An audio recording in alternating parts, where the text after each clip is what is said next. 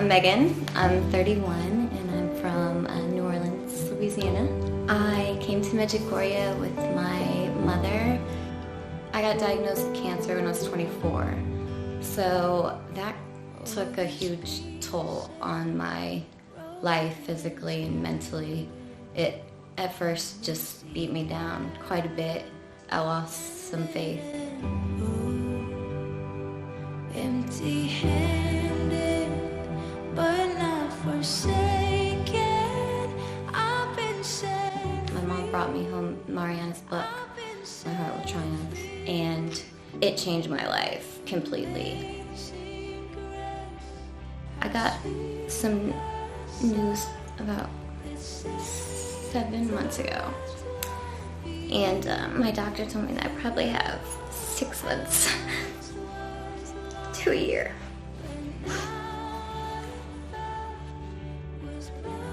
And then my mom she was like, you know, we should go. We were in the circle to where Mariana was gonna come. I was sitting on the bench at first, and when Mariana walked up, she grabbed my arm and she kissed my cheek, and she says, "Can you kneel?" And I said, "Yes, ma'am, yes, I can." And she says, "Come with me, and you know, be next to me." I said, "Oh my gosh, okay." When she kneeled down, she, you know, was kind of just taking breaths in and out. She started to tremble, her whole body, leading up to the apparition. When Mary came, her entire face changes into bliss. I mean, she looks like an angel.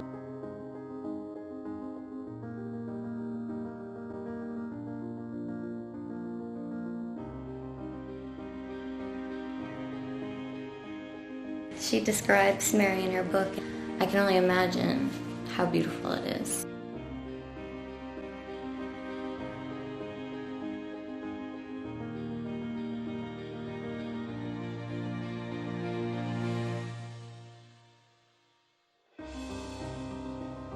I ask for healing, of course, but I also say to God and to Mary, if it's your will.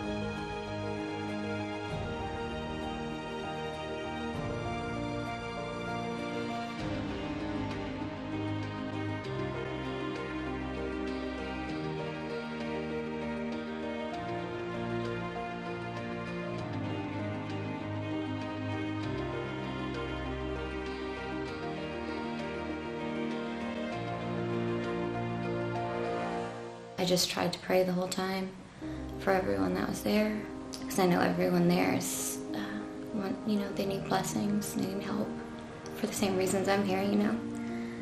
I was also praying for Mariana because I know that she has pain before and after her apparitions, and then I know that she feels so sad when Mary leaves her.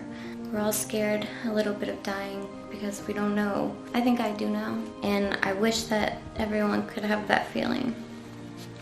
To know. And that's what God has given me. And that's what I hope that each person would find.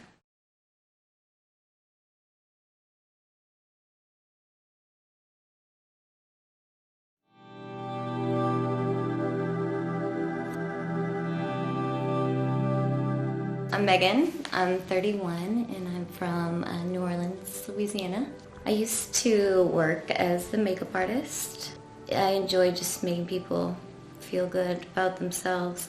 Ever since I was a child, I would do makeovers and can I cut your hair and can I dye your hair? And I just like to give people that experience of just like feeling like their best self. I love to cook. I love my dogs. So I actually have a hairless Chinese crested. She only has hair on her head and her feet. She's just adorable.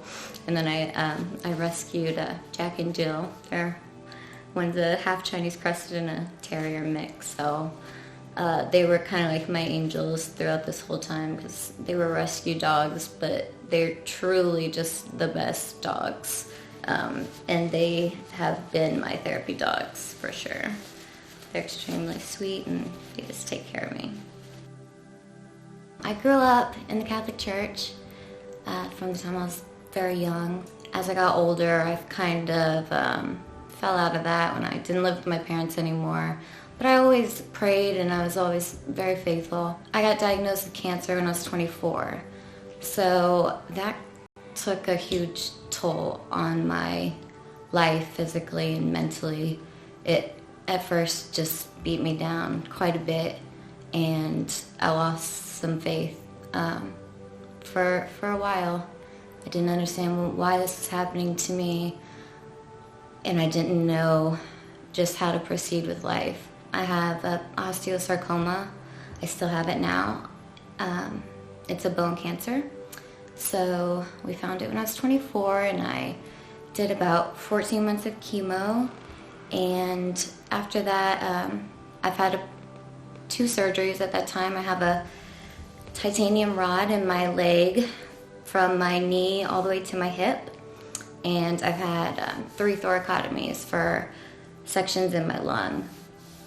I spent a few years in remission, and as I was in remission, I decided to move to Seattle just to kind of start my life over and just give myself a new start. And I was there for about 9 months, and my cancer actually came back in my arm while I was there. So I moved back home about a year and a half ago, and I actually had the exact same thing on my arm that I did with my leg. So I have a titanium rod in my arm from my elbow to my shoulder. So it brought a lot of challenges, a lot of obstacles, a lot of sadness, depression, anger. But it also changed my outlook on life. When I was able to find my faith again, I realized that everything that happened to me was for a reason. And it made me just a better, stronger woman. I've learned to kind of accept my illness, and with God helping me, everything is so much better. I had to learn how to walk again. I was extremely, extremely sick for a long time because of the chemo. I was down to about 86 pounds at one time, and I didn't know if I would come back from that or not. Those were probably the hardest times. But the mental toll that it takes on you is just trying to wake up every day not knowing the future. It's extremely difficult. My cancer is a pediatric cancer.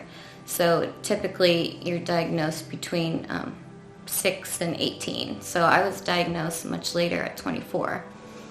And it was in its later stages already because I'd probably had it for about a year and a half before we even found it and had spread to multiple places. So I was doing very aggressive treatment. And while I was doing that, I met 2 younger children that I was doing chemo with. One was about 14 and the other was about 11 at the time.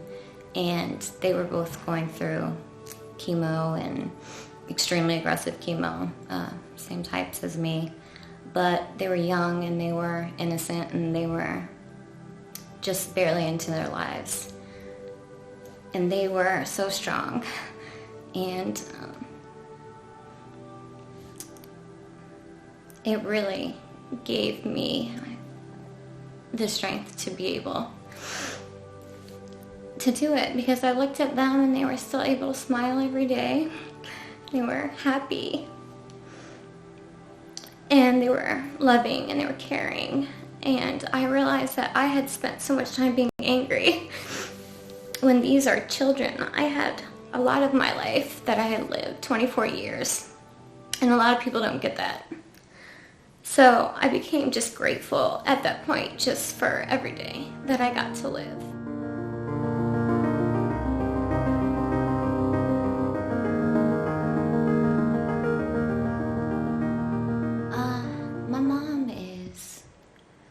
just the strongest person that I've ever met in my life. And she has been so incredible through everything that I've gone through. She never left my side for 1 second. When I was in the hospital, she slept on it wasn't even a bed, it was a tiny fold-out chair in my hospital room for 14 months. And if I would have a visitor that wanted to come spend the night, I would have to push. I would say, Mom, just go home and sleep at home for one night, get a good night's rest. She hated it. She didn't want to be away from me, even though I'm sure it was just miserable. My mom has the strongest faith of anyone that I know, and it's only gotten deeper and deeper within the past few years. Her faith is unwavering, and she's always just told me that I was going to be okay no matter what. She's probably only broken down and cried to me maybe 3 times. I used to actually get upset because I said, how do you not cry? I'm so upset and this is happening to me. And I know why she doesn't, because she doesn't show me fear. She shows me strength, and I learned that from her. I came to Medjugorie with my mother. It's her second time here. She came about a year ago. She loved it so much here, she wanted to take me back with her. And we're also with our friend Denise and Father Anthony, who's our priest in our parish. And he became just such a spiritual mentor for me, and really helped me find my faith again. He just has a beautiful heart. He does have a healing spirit, a healing touch, and his soul is just great, and he's helped me so much. My mom brought me home Mariana's book, My Heart Will Triumph, and it changed my life. It helped me even regain my faith further. It just helped me believe. And then my mom she was like, we should go. When her and my dad came, they loved Mariana. They fell in love with her right away. My dad was in the kitchen with her cooking, and they just had a special bond. And they talked about how amazing she was. So I wanted to meet her, of course. There's been a couple days where I'm not always full of energy, of course, with the cancer in my lungs now. It's a little tough sometimes. My mom asked if I wanted her to bring me up some food. I said, of course. So she had went to Mariana and said, my daughter, she's not feeling well, and I'm just gonna bring her up some food. And then Mariana started questioning, what's wrong with her? Why doesn't she feel good? Just asking, and my mom, of course, told her. And Mariana insisted on bringing my food to my room, which was just so sweet. And she brought me some fruit and she brought tons of stuff for me. Cheeses and bread. And I was like, oh my goodness, thank you so much. So we really didn't talk too much because she had to go back down and finish lunch service. It's not even like a starstruck thing. It's just like, oh my gosh, I've been reading this woman's book, and I see her, online, and I see her in these apparitions, and now she's in front of me. And she's just so blessed, and her presence was just so amazing. She really is like an angel. It's just like a beautiful, calming presence that she has. Father Anthony, actually, he was the one that really, along with my mom, really wanted me to come here. He approached her to ask about me possibly being around her through the apparition, which I never in my wildest dreams thought that would come true. She said actually that she was already thinking of that and wanted me to go with her. So they told me that I was going to go with her, and I was just like flabbergasted, of course. And this morning when we went, we were in the circle to where Mariana was going to come. And when Mariana walked up, she grabbed my arm and she kissed my cheek. And she says, can you kneel? And I said, yes, ma'am, yes, I can. And she says, come with me, and be next to me. I said, oh my gosh, okay. So it was incredible. It was intense. It was calming. It was beautiful. It's almost like a daze kind of, because it's like I didn't know how long we were there or really what even was going on when it was happening. But I felt presence, and I felt peace, and I felt just beauty, and I just tried to pray the whole time for everyone that was there, because I know everyone there is, they need blessings, they need help for the same reasons I'm here, And of course, they say that no one comes to Medjugorie by accident. Our Lady wants us to be here for a reason. So I was just praying that everyone would receive their blessings, and I stayed up last night and wrote about 5 pages of prayers. I actually asked all my friends, I said, how can I pray for you? What can I do? So I went through I read all of my things before the apparition started so that I would have them fresh in my head, and I was just I was also praying for Mariana, because I know that she has pain before and after her apparitions. And then I know that she feels so sad when Mary leaves her. So I was also just praying that she would be okay, and that the hole in her heart when she leaves would, lessen.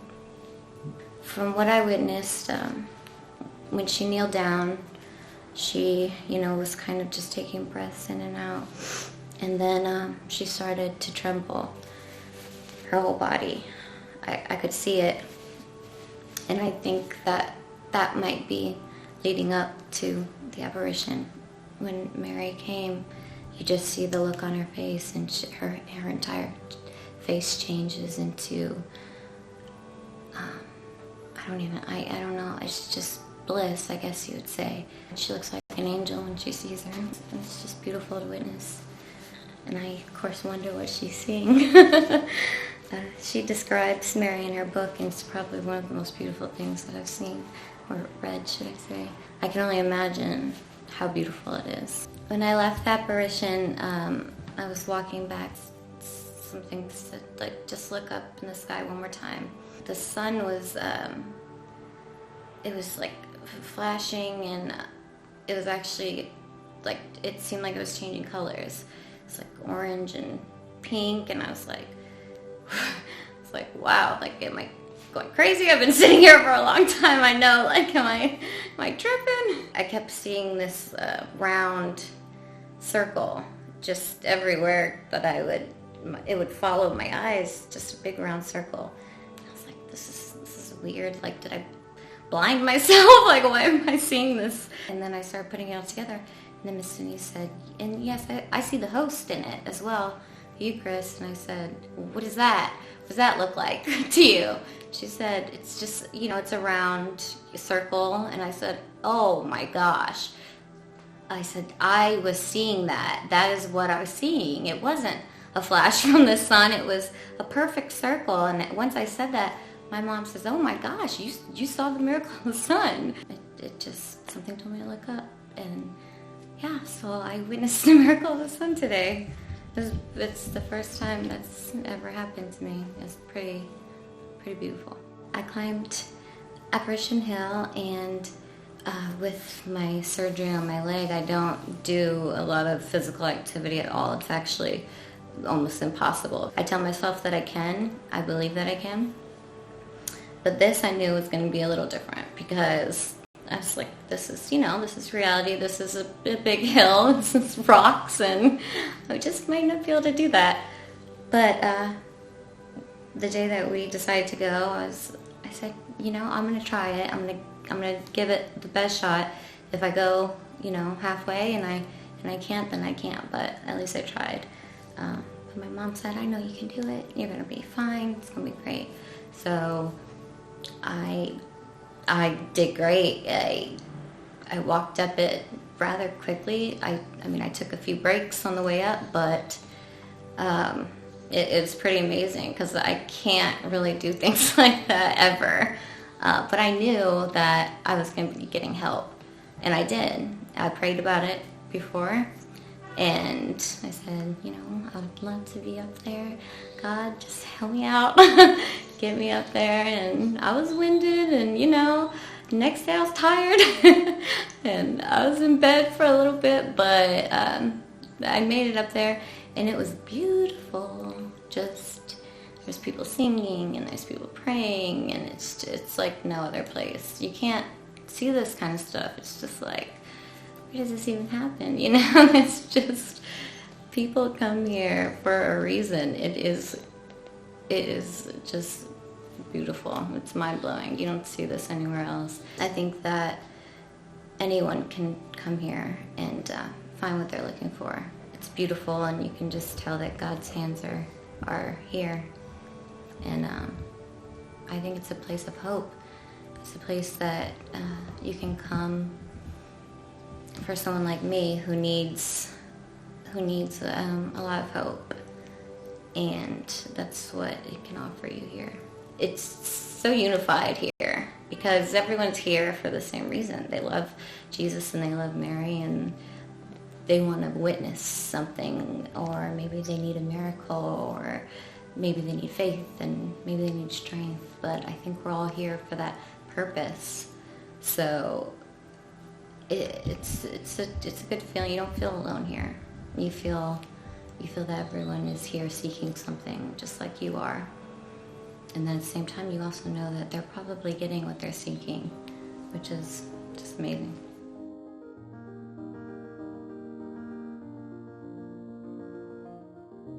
I ask for healing, of course, but I also say to God and to Mary, if it's your will. I've come to the acceptance now. When I got some news about 7 months ago, and my doctor told me that I probably have 6 months to a year. Well, it makes me sad to think of that. I'm also at peace with where I am right now. And I know and I believe that if I'm supposed to live, then I will. And that helps. You don't want to take anything in your life for granted. With this illness, it's very hard to live in the moment sometimes because you're so unsure of the future. Fear is crippling. And it shouldn't be, because I know where I'll be after this, and I know who I'll be with, and that's comforting. We're all scared a little bit of dying because we don't know. I think I do know. I wish that everyone could have that feeling to know, and that's what God has given me, and that's what I hope that each person would find.